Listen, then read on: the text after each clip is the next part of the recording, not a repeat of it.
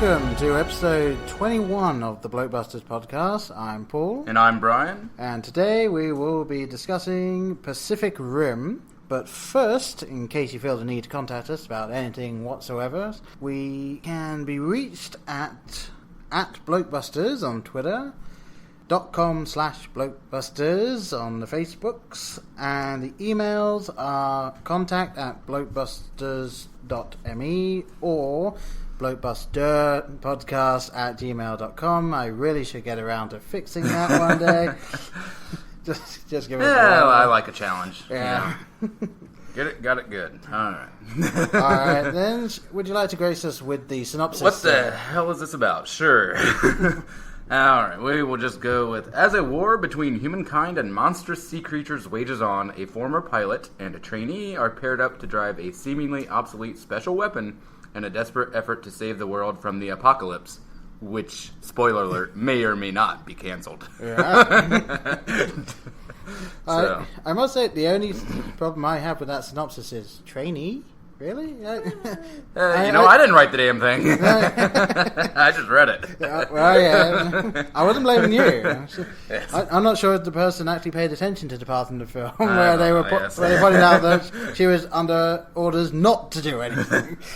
We'll see. Well. All right, let's take a look at this cast. Yeah, well... let's get through the nuts and bolts here. Yeah, sure. Director, Guillermo del Toro. Yes. He was also one of the writers on it. The budget is $190 million. And the box office, as of today, being the 17th of July, is $98,758,773.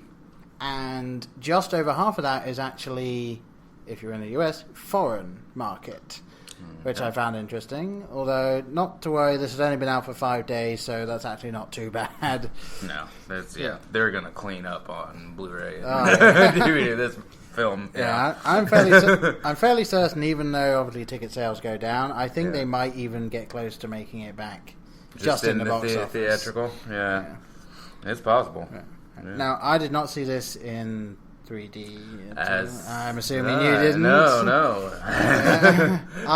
I kind of wanted to, but I went with my wife. She doesn't like 3D, and I was okay with just seeing the 2D. And I think it was one of those ones of I saw a couple of points where it might have been kind of cool to see it in the 3D. But no, I'm not wearing the damn glasses for 2 hours just for one neat scene or whatever. Yeah.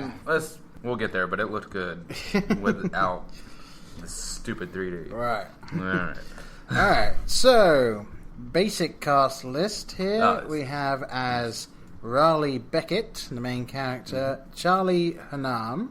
Okay, as you read these, I have a plan for you, Sir Paul, since I wanted to bring up some of the cliches of this film, even though I did enjoy it. Cliches? What are you talking about?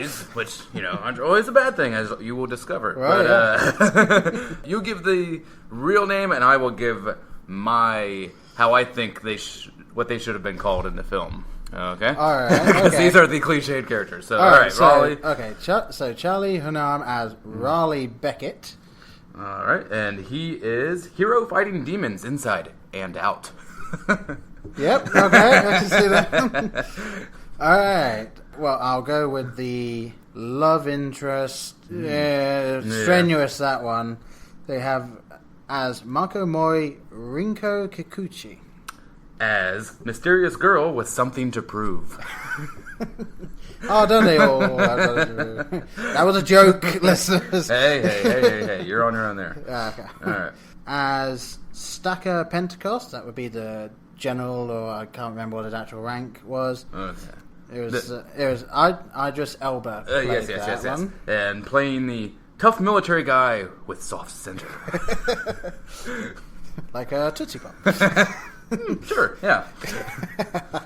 And I actually wanted to say, when he was talking in this, I knew he wasn't American, and I couldn't recognize him because I've not seen the shows that he's been on that kind of made his name. He was in the American Office, U.S. version of The Office, for like a season. Right, he was also in Luther in the UK. Which, Prometheus, I believe. Was that him? Probably. I don't remember Prometheus that well, so. But I wasn't 100% sure where he was from, and there were a couple of times where he was speaking, and I don't know if it was because he was speaking just after the Australian guys were speaking, but it sounded like he was going with that kind of accent in there. Sometimes he had an accent, and sometimes he didn't. I was like, yeah. I'm not sure he knew what he was going Maybe for. there's in that where, it's just he's lived all over. It's just, it's an amalgam of different things. But, well, I mean, he'd been to Japan for yes. a while as well. So. All right. Who do we have next? I have. Let's go with the two doctors here. We Okay. have Charlie Day of, I believe, It's Always Sunny fame. Yes. Mm-hmm. As Dr. Newton Geisler. Also as eccentric, funny scientist.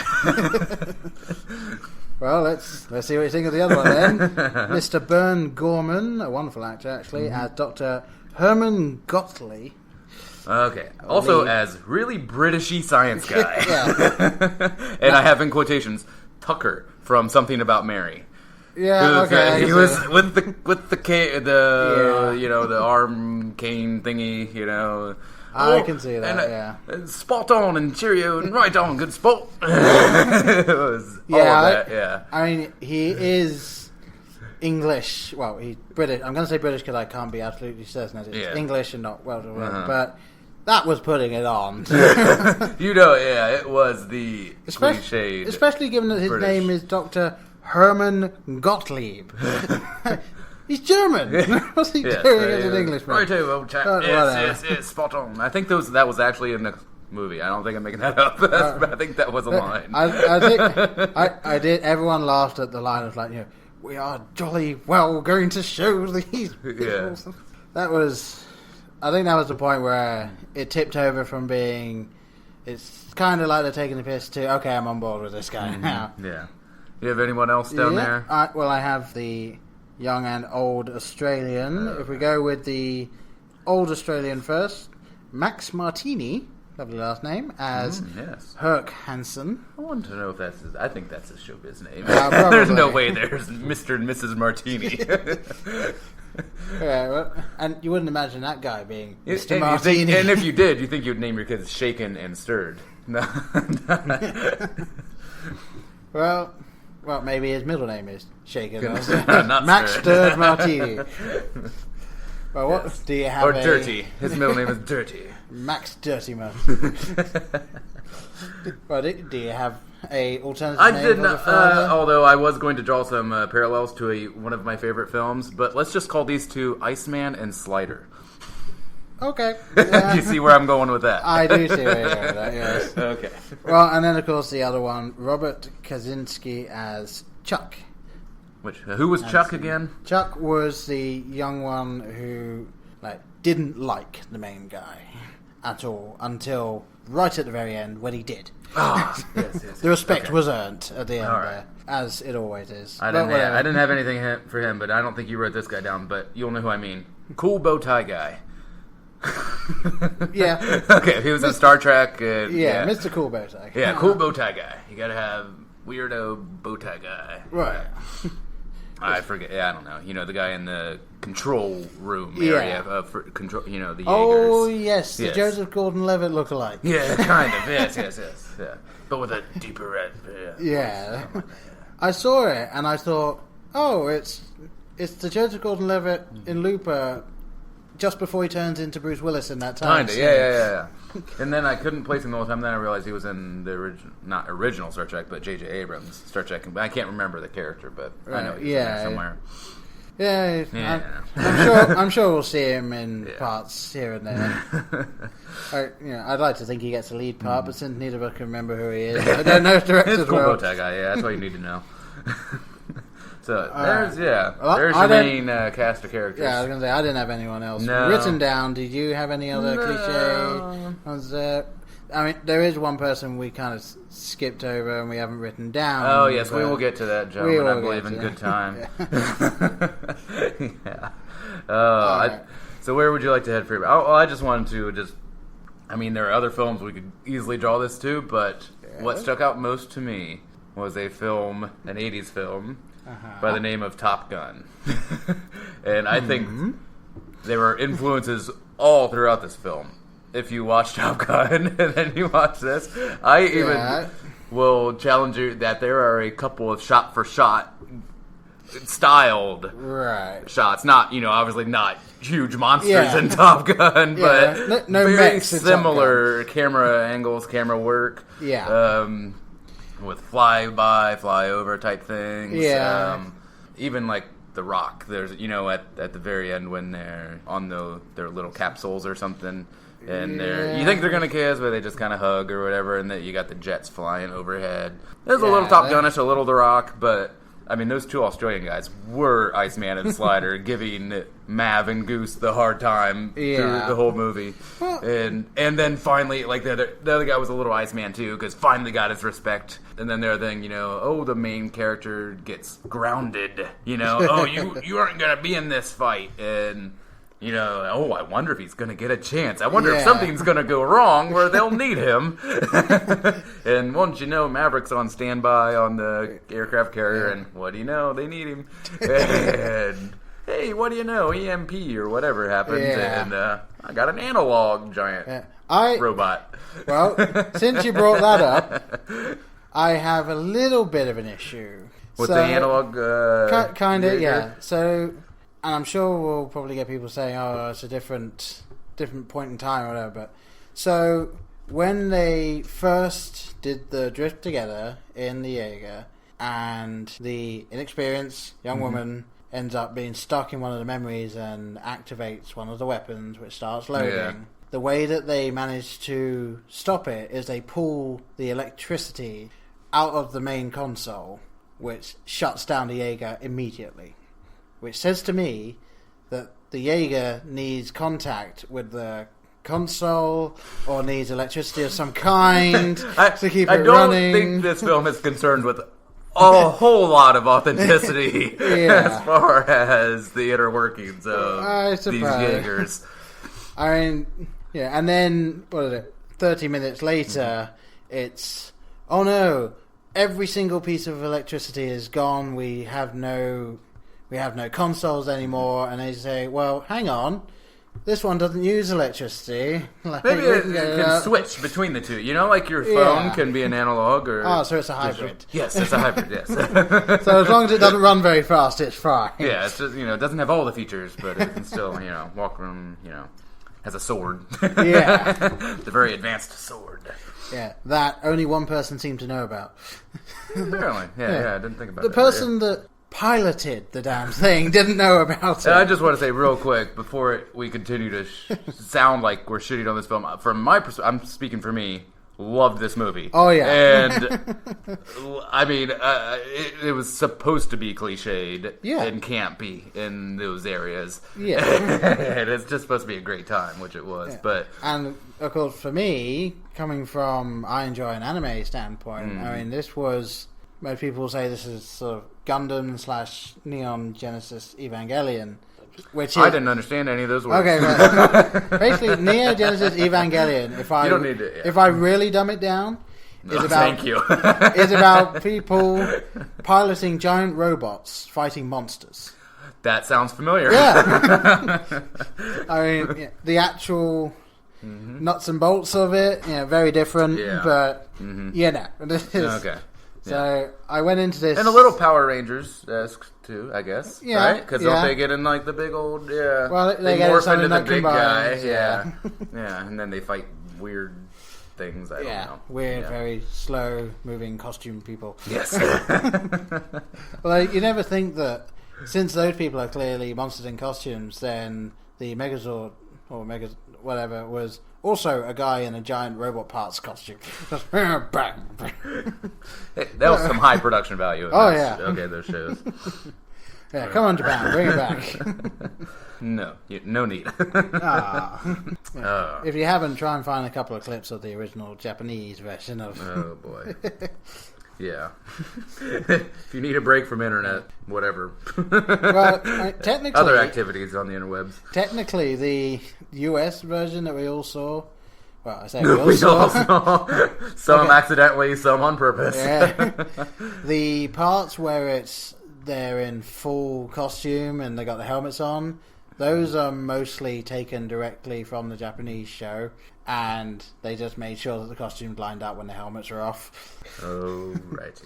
Yeah. Let's steer this ship back on. Yes.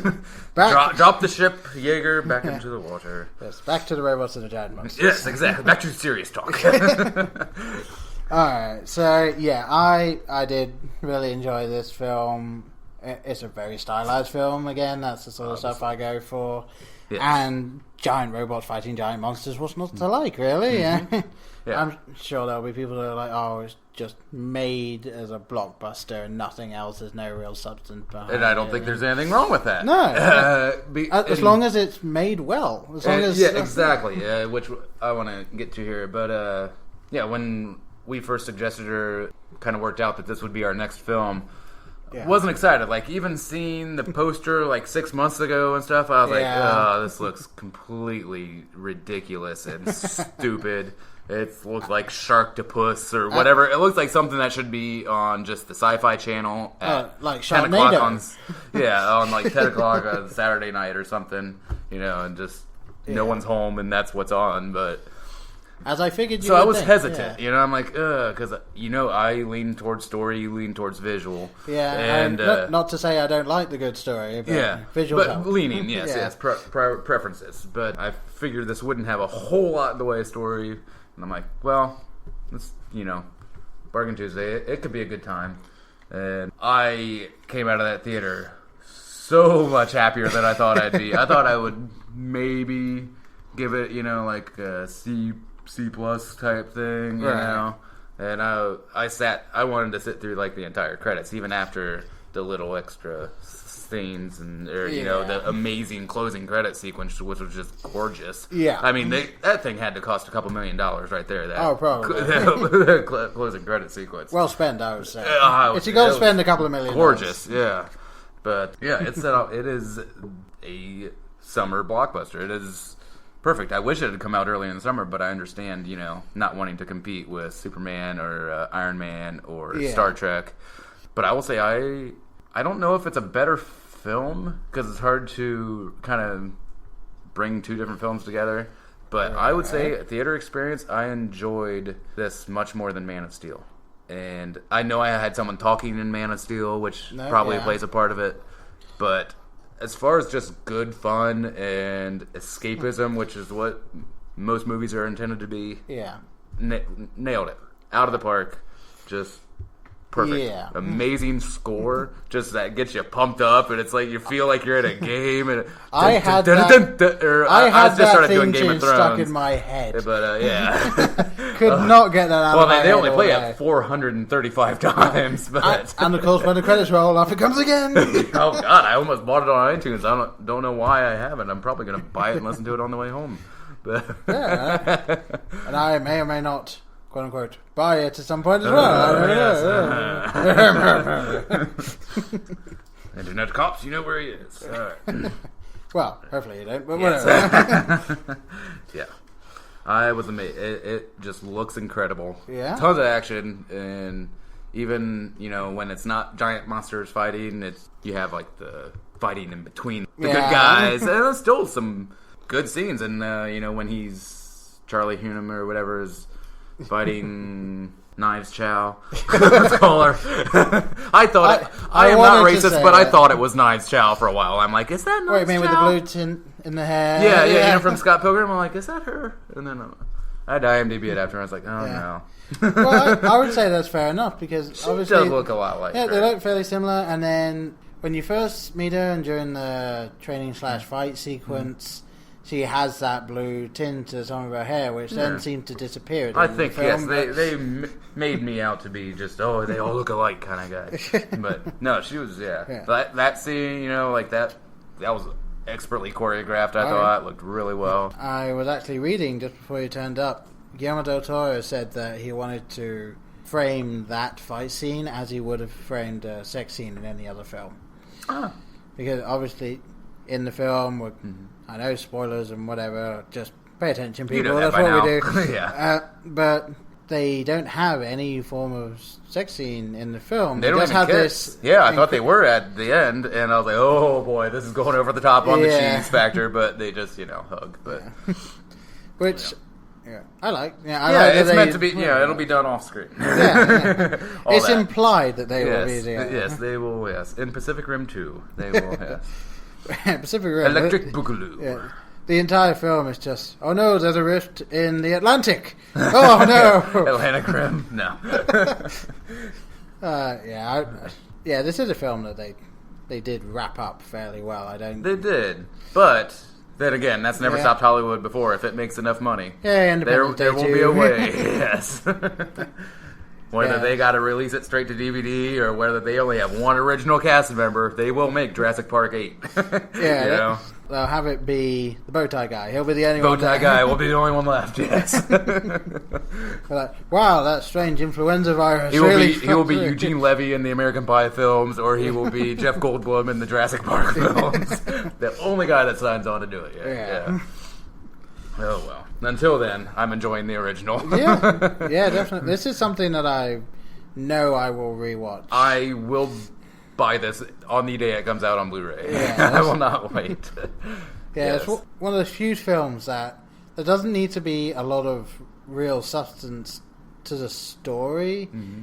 It's just, it is a good story overall, on top of fantastic visuals and another example of, even though it's not human fight, the fight scenes were good as well. There wasn't a lot of repetition. No, I mean, I know we're obviously every day we're at the highest technology we can be with special effects, but there were a lot of close-ups. Yes. Lots of close-ups, a lot of quick edits. I know that keeps the action going, but I just wondered if I would be interested to read or to find out if Guillermo thought that if it was further back, if it would look too Godzilla-like, or seeing both monsters in a big shot, or a monster and a Jaeger fighting. You know what I mean? And then you can start to lose the reality. I think. If that's what I was thinking when I was watching it. Well, he going into it, I saw he didn't speak much about it, but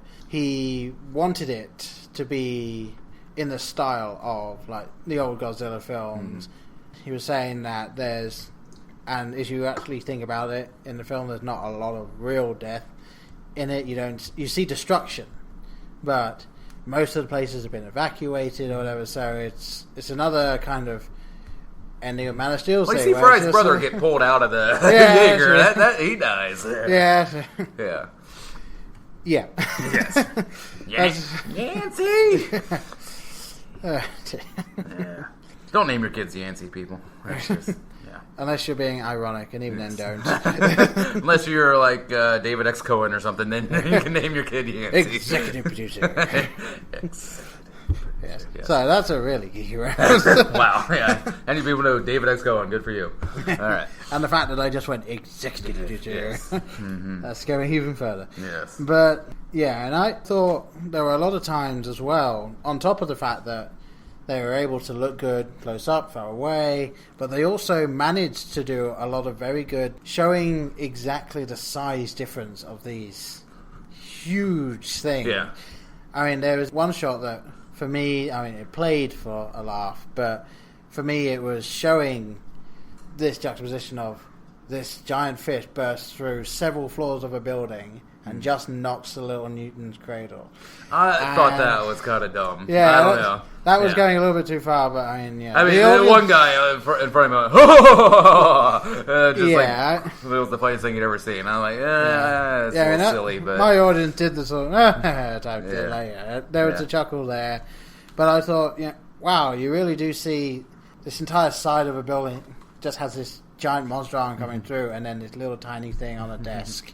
And kudos for you knowing the correct name for that, and not just the ball desktop thingy. Oh, no, I've always known it was a Newton's cradle, and I'm always surprised when people don't. Yeah, but I've always wanted one of them as well, but I've never had one. Sorry, extremely ridiculous tangent, but did you see the Mythbusters? I did. They created the giant Newton's cradle. Oh my god, that was fantastic. Okay. Mythbusters is always fun for seeing where you can go with those types of things. God, yeah.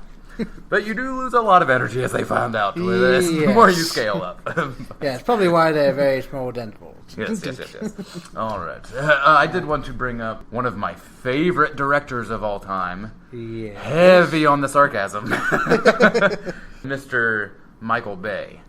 Yes. Oh, yes. Which I put on Facebook and I tweeted about, this film looking like a Michael Bay film, except it being good and watchable. Yeah. I will say, this looks like it could be a Michael Bay film if you saw the poster. Yeah. Like when I saw the poster 6 months ago, I would totally believe directed by Michael Bay underneath the title. The oddest thing I thought was leading up to it, everything was presented by Guillermo del Toro. Yes, he hasn't directed. Much like, was it Pan's Labyrinth? I think it was that one. He directed that, wasn't it? One of them, Mama. That was like the most recent, wasn't it? The horror film. One of them was presented by Guillermo del Toro, and that's what this one the said. The ghost one. What was that one? I don't. Orphan or Orphanage. The Orphan. I don't know. There's two different films. One's presented by him, and one has nothing to do with. Orphan is an odd one. I don't think it's the one you're thinking. I think it's Orphanage or something. It's a haunted orphanage. Yeah, whatever. But that was presented by. But yes, this. Yeah. So coming into this, I thought, this won't be directed by Guillermo del Toro because this is presented by him. Because that's what it said in the first trailers that came out, and then it was like, directed by Guillermo del Toro. It's like, okay, why didn't you say that in the trailer? Pan's Labyrinth is one of my favorite films visually, and I think it's just a great fairy tale, just a great grim fairy tale. Yeah, I'm always a fan of the grim side of this thing. Oh my god, that's a beautiful movie, and that's one of my favorite, and I try to get people to watch that. That's one of them, a film I try to introduce when people are trying to get into foreign films. I'm like, that's a great way to get into foreign films. Yeah. It's just because it's so beautiful and so interesting. But he's one of my favorite people to direct. I wish he directed more, but it's obviously takes time with the projects he wants to do. And going down that road then, what did you think of the Hellboys? See, I have not even seen all of the second Hellboy, but I enjoyed, once again, visually. Like, I think of him as a visual director. Very much so. Tells a story like Ang Lee, and Terry Jones as well. Very, very specific style type thing. Yes, and meant to do certain things like Ang Lee, not meant to do Godzilla, or not Godzilla, Hulk. I mean, sorry, pardon me. Corrections department, corrected myself. Okay, but very stylistic, very visual directors. That's their medium for telling a story. Where, like Scorsese or something might rely more on the plot and camera work. You think, you kind of think of iconic camera shots. But well, speaking of Scorsese, I recently saw The Departed for the first time, actually, and that was fantastic.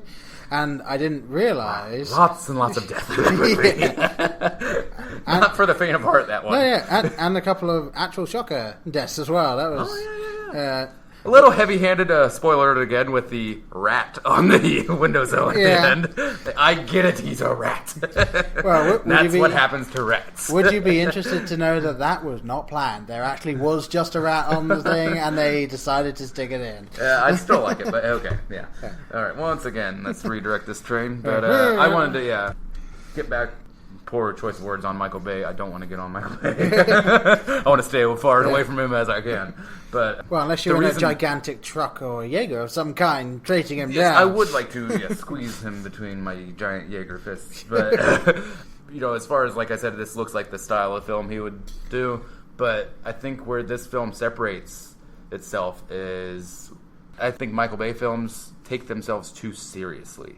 I think they aren't in on the joke, where this film was, I think, very conscious of, I'm a summer blockbuster, I'm going to have a cliched line here, I'm going to have another ridiculous line here. I can't think of, I had a few examples, but I've lost them. But those just crowd pleaser lines, the King Kong beauty lines, that I call them. It's like, let's dumb it down.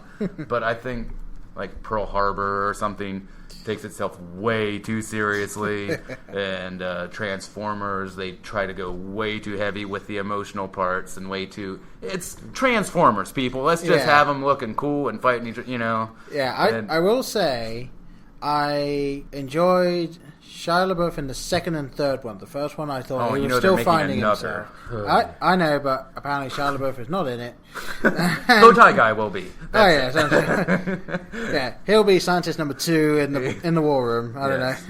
But yeah, I enjoyed what they did with that family. That sort of became the we're not too serious part. And of course, if you don't mention the terrible sort of twin robots that are just a Mexican guys, and it's like, I've only seen the first one, so yeah. The third one, the humans don't take themselves too seriously, but the actual Transformer action is too serious. But regardless, I think you know the point I'm trying to make. Yeah, it does go. You do know what I'm saying. I think where this film works. Yeah, I think, and this film, I know Michael Bay has his fans and whatever. Yeah, and I'm not to say I haven't enjoyed a Michael Bay film first time out. Yeah, to some degree, but they are what they are, and they're never gonna get above like a B- kind of in my world. Yeah, just because they're so silly and stupid, and 90% of the budget is on pyrotechnics, and that's fine if that's what you want to see.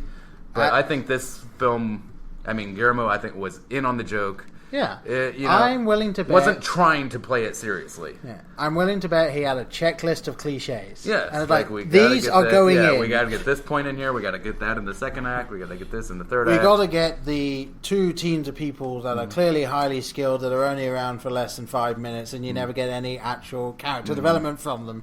So it's not a shock that they're going to die. The main character has to have a loss in his life, and then they have to have allies that are actually enemies that are actually allies that are resentful or jealous, and you hit all of those, and I wonder who his co-pilot's going to be. I wonder. We're looking. Oh, we're definitely ruling out the Asian girl. Yeah, definitely. Oh wait, it's going to be the Asian girl. We're ruling out this one person that appears to be getting a lot of screen time right now. Yes, but we're sure she's not going to become a major character.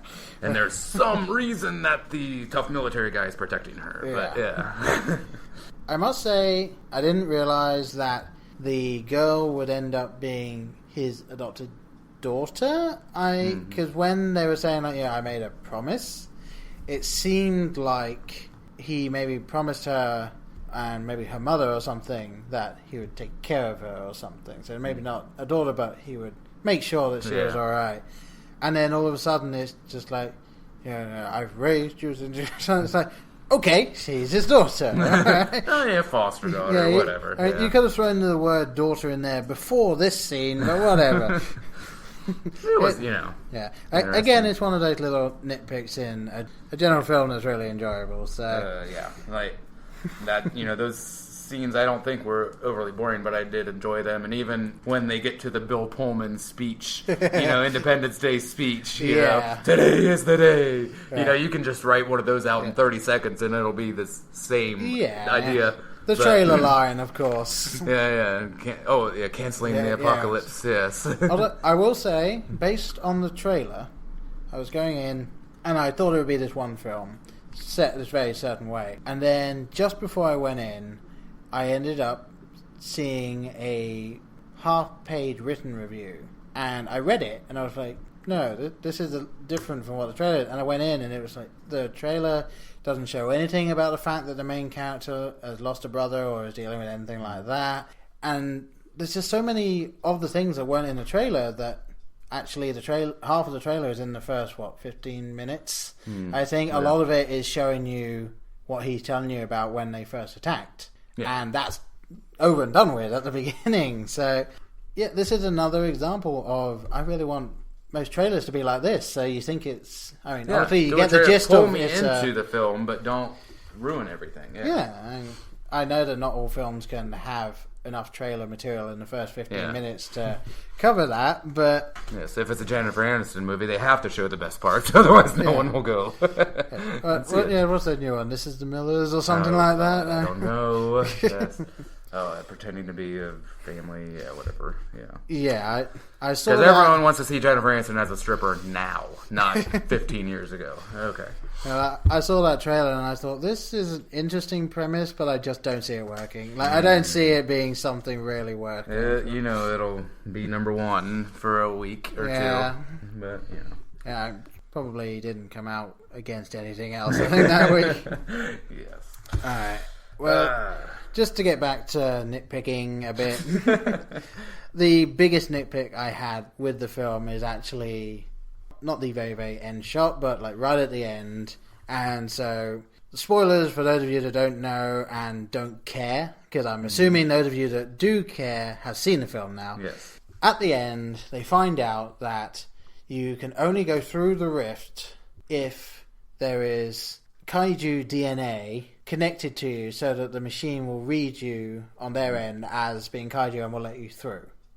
So they grab one, they go down, they don't grab the one that they were going to grab, but that's just a weird little bit that they do. They grab one, they go through, and as he's going through the wormhole, he manages to get the female out, because he's like, okay, I have to finish this, and of course, oh no, I have to do it manually. Oh no, Armageddon. Yeah.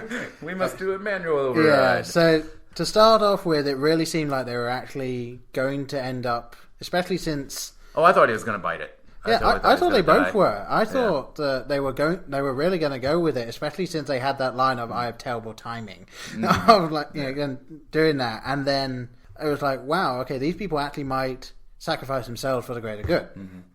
And then they go down, and you find out, okay, he's not willing to sacrifice her. I can run with that. That's fine. And so, he does the inflatable thing, which works in a wormhole, and sends her up anyway, but whatever.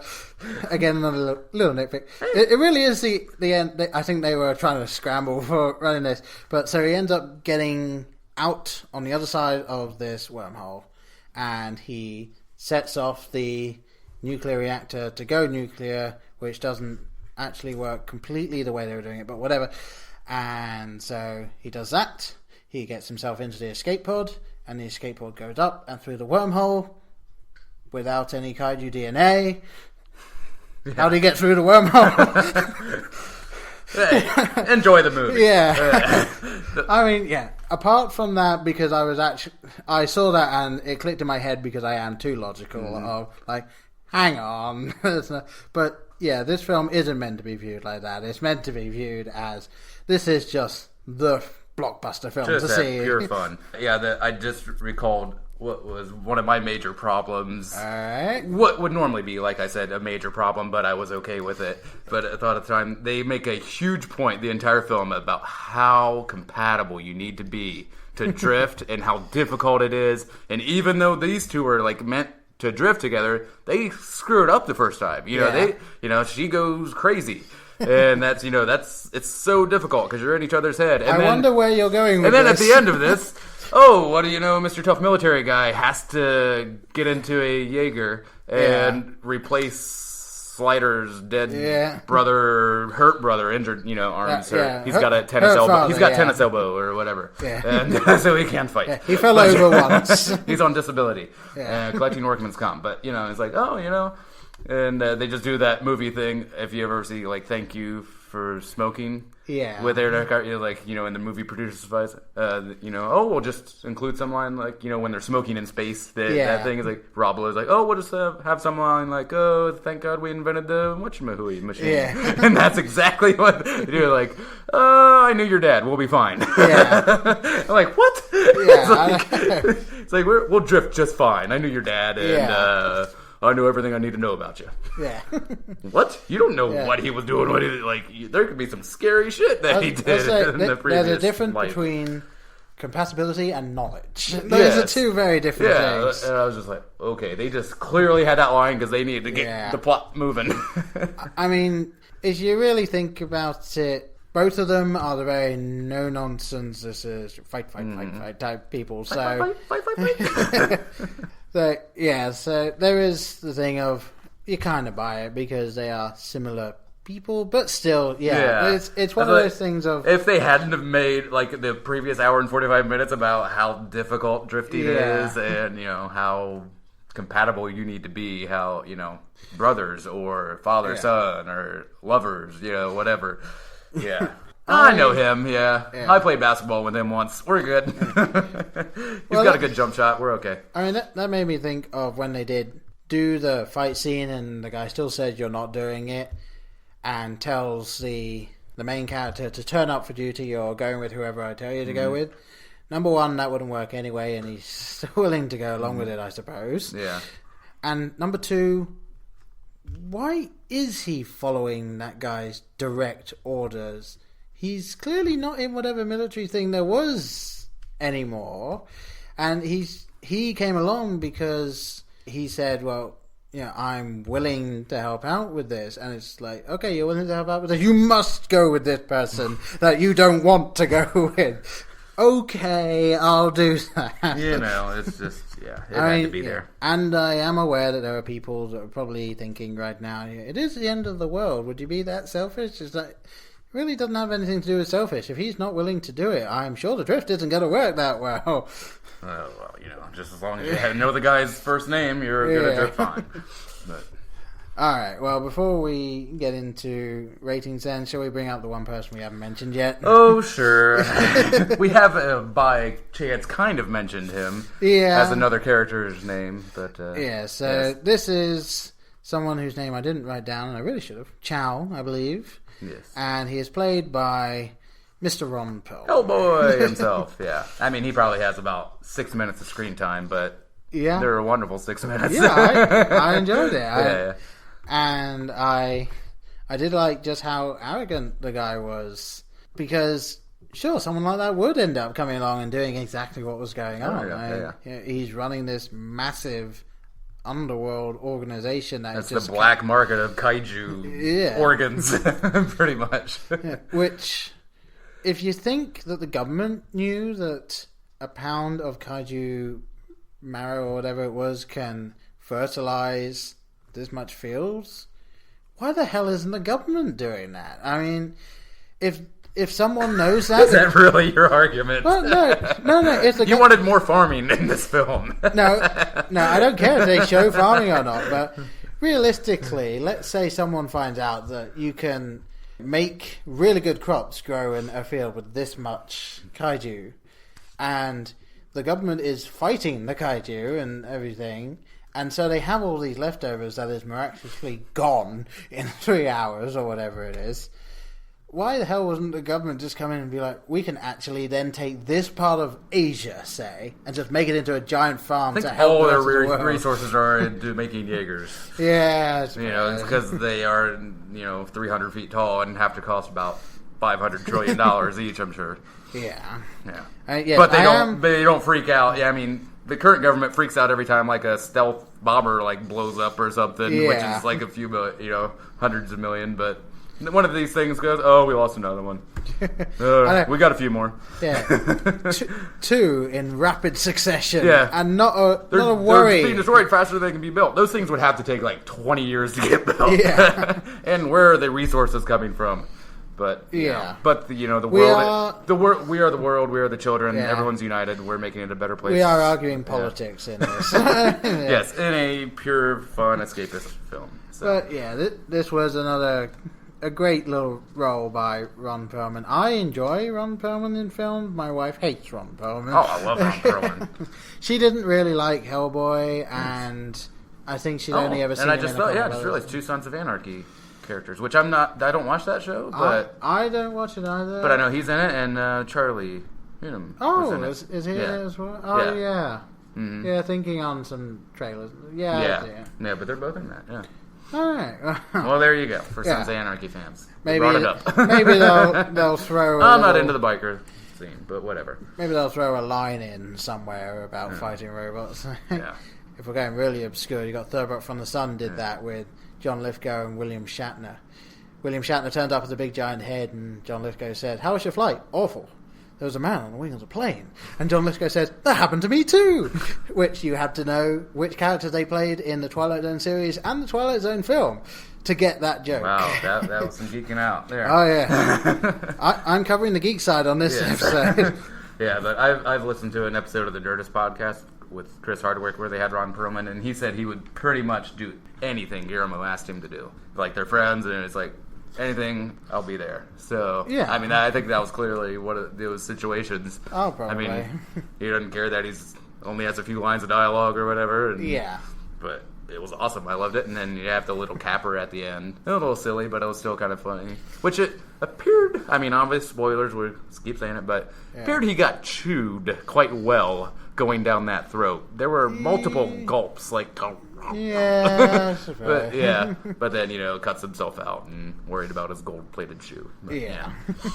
Yes. Very, I don't know what the shoe thing was about. Very shoe fetishy kind of in parts. The only thing I can think of is maybe in this world, like, gold is now super. Well, I mean, no, with the expensive. little slipper, the girl carrying the shoe around. Oh, yeah, okay. And, So I thought you were referring specifically to his shoe. Charlie carrying it around, much in the same position that she was carrying the shoe. So I don't know what was going on with the shoes. Some homage maybe to some Bourneville. I don't know, the red shoes. Or who knows? Yeah, whatever. Yeah, That's Red Balloon, wasn't it? It was a bit of an odd little thing they put in there, but I suppose if you had to have one item that kind of shows something, like having this little red shoe that clearly was nostalgic, and then this shoe that showed he was in power. Yeah, it's just an odd theme that he decided to throw in. I don't know. Maybe we'll take us off. We'll the leave it to the cliche. NYU film students to tell us. Yeah, but all right, I think that's gonna wrap it up on my take on this film. I don't have anything else that I've written down for it. So, would you like to give your rating first? I would, yes. Oh, good. Good. I'm glad you've got a rating. I don't, but I'm going to come up with one awfully quick. Okay, well, let's do that then. Let me do the tabulations, calculations, move this abacus around. Yeah. I am going to come in at a minus 1.5. And I think that's pretty high. I'm trying to be a little more critical with my ratings. I'm just, I love everything. It's minus 0.2 or whatever. Yeah. No, I think I'm rating this over the span of the next few years, I think. Minus 1.5. It is a great time at the movies. Definitely one of those, if you don't care that it's been spoiled, definitely still go see it in the theaters. Yeah. I mean, unless you got a really sweet setup at home. Yeah. But still, I would recommend seeing it in theaters first. Yeah. Because you're going to enjoy it then and then enjoy it at home. But, and especially, if you really want to, there are, for instance, one that we go to is $5 on a Tuesday all day. So there are always going to be some cinemas you can go to where it's not going to be that expensive. A month from now, it'll be in the bargain theaters, and you can watch it there for a couple bucks. Yeah, I mean, if you're in the UK, you're kind of screwed for the most part because they tend not to be. I know they're much. dying out in this country, but a drive-in would be awesome to see this film at. Oh yeah, the drive-in theater. Yeah, if you could catch it at a drive-in, that would be pretty sweet. I know that there is one about 4.5 hour drive away, but I'm not willing to go that far. There's one closer than that a coworker of mine knows about. It's like a half hour away or something. Which so I'll have to get that from you later. It's like $9 for an adult or something, and then like $1 for each kiddo or something. Right. Yeah, okay. Something like that. But it's a dying. I always love the drive-in, but it's they're dying out. Yeah, I kind of want to go just because I've never been to one. So really, wow, that was a lot of my youth. As far as I'm aware, there aren't really any in the UK. I mean, I'm sure there's some makeshift ones. I didn't know them. I always think of it as an Americana type. Yeah, there's not really that many places where you could do it in the UK. I mean, everywhere is either field for farming, a town of some sort, or a big city, and there's. In those three places, there's not really any way to put it. I'm from a small town of about 10,000 people, and we had 2 drive-in theaters. One which is still currently running. But for those of you in the UK, yes, he did just say a small town of 10,000 people. Oh, I know your small towns are 6 people. Yeah, I would say Earl, Bob, Joe. I would say I grew up in a small town, and that small town, you could probably say that there were a few thousand people. people being in it. Yes, Lola's telling us to move on. Yeah. We're talking about population density and not film. Yes. Do you have a... oh, yes, your rating, sir. Sorry. Yes, sir. Let's get your rating. Right, yes. And yes, I will be keeping that in. So people can hear what does go on behind the scenes. Okay. Alright. So my rating, I'm probably going to come in at pretty much where you are, actually. I think a minus 1.5, just because, as you've heard, this film has some flaws. If you're actually going to consider them flaws, I mean... But if you're thinking about it as just a body of work, this is a very good film. If we were going to go for my personal rating, I might even go for minus 0.5, just because of how much I did enjoy it, how much I like the fight scenes, and how well their money is stretched as far as the CG throughout the film. So, yeah, just because I'm visual, mine is really up there, but my overall, I think you summed it up perfectly with the minus 1.5. Well, thank you. All right. Do you have a Netflix recommendation, sir? I do, and of course I've forgotten it. So, oh, no! So you vamp for a minute while I look it up, will you? Oh, well, how are you doing, folks out there? This is Brian. I miss you a lot. How are you? Hopefully Paul will edit this out and not make me sound like a complete jackass. But I don't know. No, I don't. All right. Yeah, this is one that I have about 10 minutes left of watching, but I've just been enjoying the hell out of it just because of the premise of it. And I don't know how wide a release it actually got, but Iron Sky. And in case you don't know what it is a film where there are Nazis on the moon. I'm in. Yeah. I think that should be the tagline. Nazis on the moon. It is. Is it? Oh, well. Hey, I'm missing my calling here. So yeah, this is a film where I heard about it and I thought, you know what? I want to watch that. And then I started watching it and I was like, you know what? This is just what you would think. Is it a foreign film? There is German in it. There's a large amount of German spoken in it. Do you know of the movie Dead Snow? I think it's called Dead Snow. It is called Dead Snow over here. Yes. I think, but it's like Swedish, I think, or something. Eins, zwei, die, I believe. Okay, but it's Nazis. Nazi zombies in a snowy mountain. Yes, exactly. Which is everything you could want it to be. So this film is the Nazi colony on the moon. They've been there since 1945. The only scientific advances they have made is the fact that they have a spaceship. That is it. Their computers are the same. Gotcha. Their knowledge of the Earth is the same. Oh, well, you have to write that. Okay, what is it called again? It is called Iron Sky. Iron Sky. I have to put that in the queue. Yeah, you will enjoy it. It is what it sounds like, and I'm not expecting Schindler's List or Citizen. Well, maybe a bad riff there on the Nazis thing, but not expecting Citizen Kane or Maltese Falcon or anything. But yes, a good time like Pacific Rim. Yes. Yeah, and I will say for those of you that are put off at all, yes, as I said, there is German spoken in it, especially at the beginning of the film. There's a lot of German spoken with the subtitles. Don't worry about it. It doesn't last. Nazis on the moon. Just put it on, and if you like to smoke something, maybe smoke that, and have a good time. I'm sure that will help. Yes. All right. Good recommendation. I didn't really have one. I just kind of thought of one, but I did have a Redbox recommendation, which I will get to. But real quick on Netflix, I'm not going to say much about it, but just to connect it to Pacific Rim. A great show that was canceled well before its time, which always happens with any show I fall in love with. Firefly.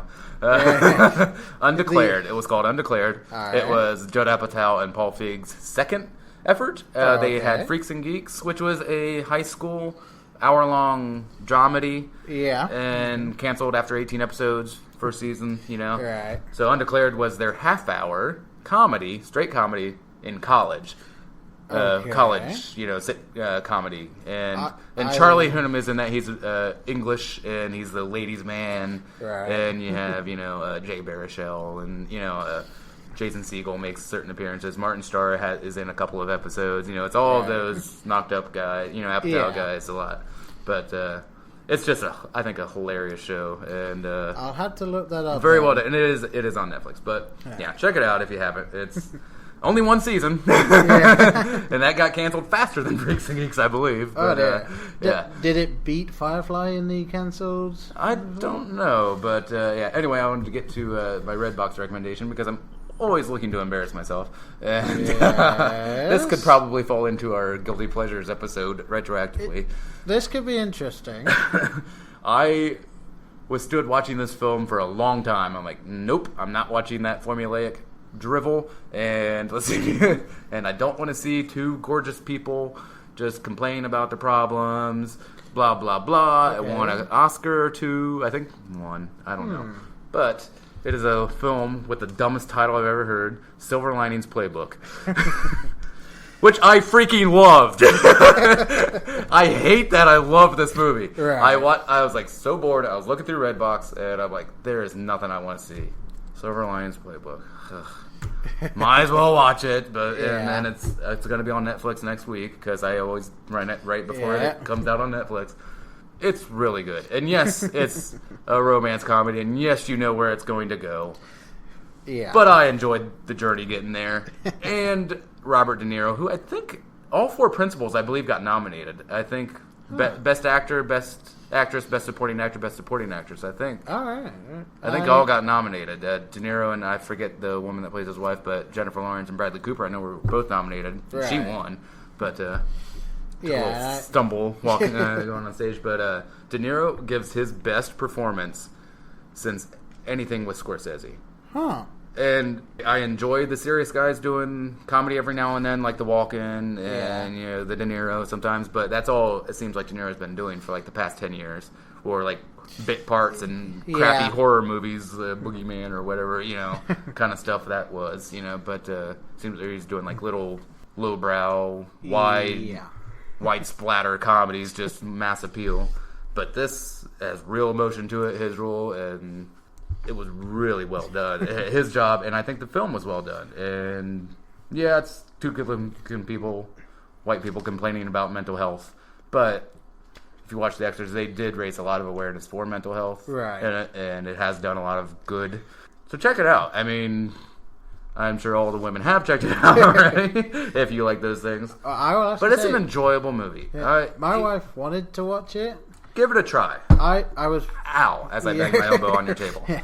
I was willing to watch it, but somehow we haven't ended up being able to watch it. Maybe now that it's going to come to Netflix, we can. I'm sure it will, because I bring things to Netflix after I spend $6 on demand to watch them. That makes them appear on Netflix a day later. At the very least, I'm sure that in a year it'll be up there, probably. Definitely, it's nothing you need to rush and see, but I definitely recommend seeing it. Like, I will probably buy it when it's on like the $5 bin or something, or the $8 bin even. Something like that. Yeah, the one that you just see is a mass thing in Walmart, just like so many DVDs jumbled up. Yeah, whatever. I actually 20 copies of Time Cop, and then there the cop that can be stopped. The cop be stopped. Oh, I love you, Nick Frost. All right, I think we've kept the good people, unless you had a final thought here. I was actually going to say I kind of have a Redbox recommendation as well then, and it's a film that for a brief second I thought maybe you were going to say it, but then when you started to explain what the film was kind of about, then I realized it wasn't it. It's a film that, once again, kind of like Pacific Rim, but not as well done, it kind of knows what it is, and it's just having fun with it, and they clearly went really out there with it. It's the Hansel and Gretel. I can't remember what the tagline for this one is, because there is one that was already on Netflix, I think it was, and it's Hansel and Gretel.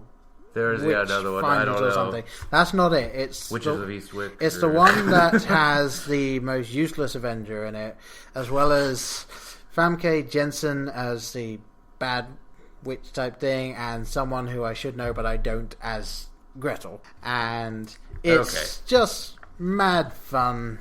And really, I will see that when you see Silver Linings Playbook, sir. I might have to make an effort to see that. Shake on that. I will. There we go. Right, One handshake. We did shake on that. All right. All right. I think we're gonna let you go, folks. Oh yeah, I think we should. All right. Go to sleep now. Yes. Sleep. All right. That's gonna do it for me. I've been Brian. And I've been Paul. We'll see you next time, folks. Bye.